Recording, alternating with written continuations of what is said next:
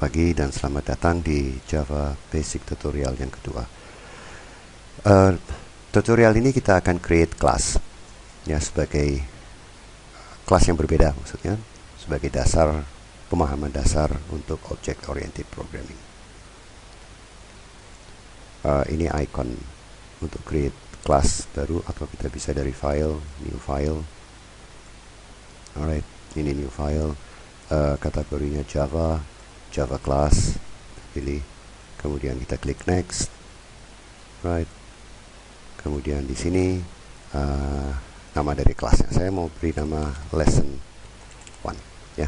Ingat, by convention harus capitalized, ya, huruf pertama besar selalu untuk nama kelas. Alright, ini package-nya, project-nya sama, ya, bla bla bla, dan klik finish.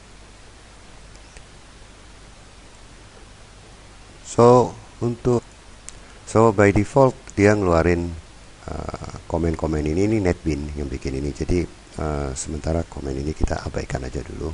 Oke, nanti kita akan pakai komen, tapi saat ini abaikan dulu. Alright, dan ini adalah bentuk dari kelas baru yang kita create yang namanya lesson1.java. Ingat, nama kelas ini, nama filenya ini harus sama dengan nama kelas ini, lesson1.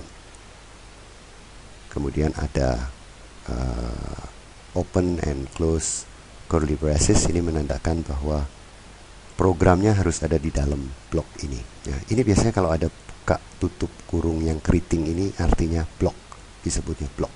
Oke, kalau ini berarti di luar blok, ini dalam blok. Ini bisa aja ada beberapa blok nanti di dalam situ. Oke, ada blok di dalam blok juga ada. Alright, jadi kita lanjut. Bagian pertama di dalam kelas adalah untuk field, atau namanya field variable atau instant variable. Kita boleh beri nama itu.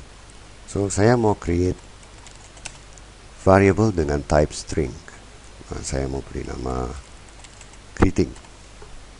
Right. So variable itu semacam kayak wadah untuk menyimpan data. Dan wadah itu juga ada type-nya. String artinya bisa menyimpan huruf, kata-kata, apa saja.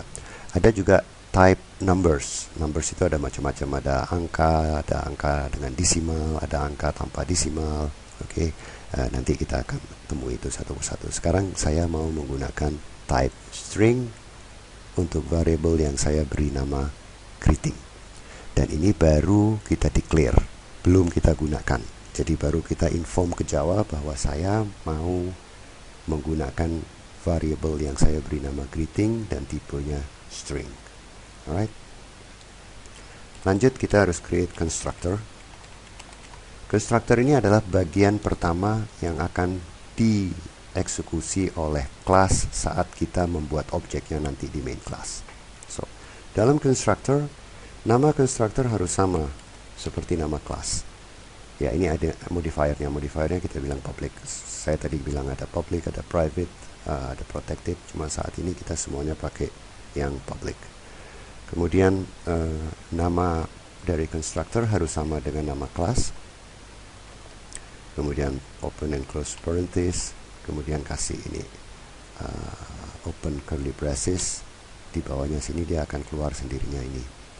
Tutup kurungnya ada di bawah, ya. Kalau NetBeans dia otomatis keluarin, cuman jangan lupa kadang-kadang bisa kehapus. Jadi kita harus make sure ini yang mana.